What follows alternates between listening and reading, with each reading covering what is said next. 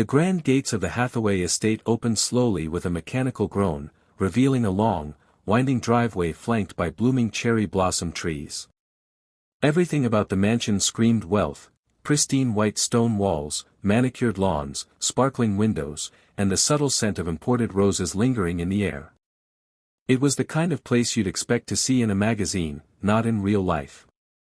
And yet, behind those perfect walls, something very imperfect was brewing. Tasha Evans adjusted her uniform as she stepped out of the cab. She took a deep breath and looked up at the massive estate before her. She had worked for wealthy families before, but nothing on this scale. The agency had told her it was a live-in position, good pay, respectful family. They left out the fact that she'd be working for the Hathaways. Tasha was a proud woman, kind-hearted, calm, and hard-working. She had raised 2 sons as a single mother, put herself through night school, and still managed to send a few dollars back home to her grandmother in Louisiana every month. She didn't expect the world to treat her like royalty.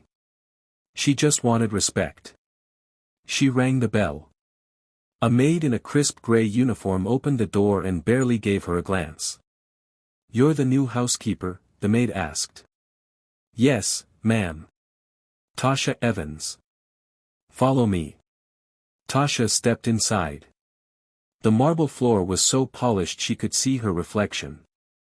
She followed the maid through a long hallway adorned with paintings that probably cost more than her entire apartment. They passed a large library, a formal dining room with a chandelier the size of a car, and finally stopped at a cozy-looking nursery.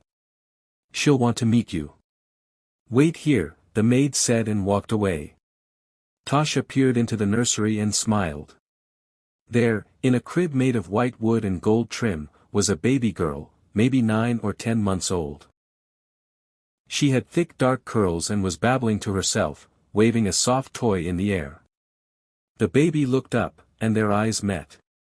Instinctively, Tasha walked over and gently touched the baby's hand. "You have such beautiful eyes," she whispered. "And all these toys, huh? But what you really need is love, don't you?" The baby gurgled, clearly delighted. Tasha chuckled softly. "What do you think you're doing?" The voice came out like a gunshot. Cold. Sharp. Disgusted. Tasha turned around, and there she was. Victoria Hathaway. Wife of billionaire investor Charles Hathaway. Tall, elegant, and dressed in designer silk. Her face was twisted in fury. "I said, what are you doing? Why are you touching my baby?" "I was just saying hello, ma'am." She reached out. "You don't touch her." Victoria's voice rose, and before Tasha could react, the slap came. It was so quick. A blur. A sting. Tasha staggered slightly, more from shock than pain. "Get out. Get out of this room. I don't want your filthy hands near my child." "Ma'am, I didn't mean any harm. I said get out." The baby started crying. Loud, frightened wails echoed off the nursery walls. Tasha, still trembling, backed away, tears stinging her eyes, not from the slap, but from the humiliation. She turned and left the room. As she walked back down the hallway, she heard Victoria's voice behind her. "These people. They're always pushing boundaries. No respect. No decency." Tasha wanted to scream. But she didn't. She kept walking. She found the maid who had brought her in. "I'm sorry. I think there's been a mistake. I won't be staying." The maid didn't ask questions. She just nodded. Tasha stepped outside, her heart heavy. She stood by the road, trying to gather herself before calling another cab. She had only been inside the mansion for 10 minutes. 10 minutes, and she was walking away bruised and broken. But what Tasha didn't know, what Victoria didn't know, was that someone had seen everything.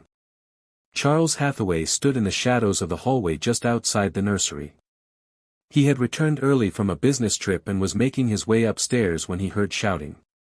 He saw his wife slap the woman. Saw the heartbreak in the housekeeper's eyes.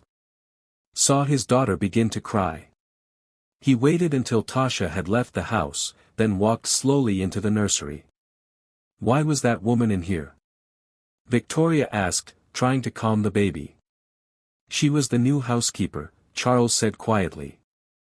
I hired her through the agency. She touched the baby, Charles. With her hands. She didn't hurt her. That's not the point. What if she had germs? Or worse? You don't know where she's from. Charles didn't reply. He walked over and gently picked up his daughter, who was still whimpering. He rocked her slowly. You know, Victoria, he said after a long pause, I watched the whole thing. She froze. What? I watched you slap her. And I saw her face. Victoria turned away. She had no right. No, Charles said firmly. You had no right. You humiliated an innocent woman. In front of our child. Victoria bristled. Are you seriously defending the help over your own wife?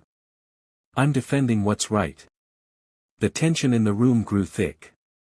The baby started to calm down in her father's arms. You know what, Victoria, he said. We need to talk. She didn't like his tone. She had heard that tone before, once, a few years ago, when Charles found out she had secretly fired their old butler for letting her mother visit the house without her permission. He had almost left then. Charles handed the baby to the nanny who had just entered the room. Then he motioned for Victoria to follow him to his office. She followed, her jaw tight with defiance. Charles closed the door behind them. I need you to tell me something, honestly, he said. Why did you slap that woman? She touched the baby. You've never slapped anyone before, Victoria. Even when you're angry. So why now? She hesitated. I don't trust people like that around our child. People like what? Charles asked.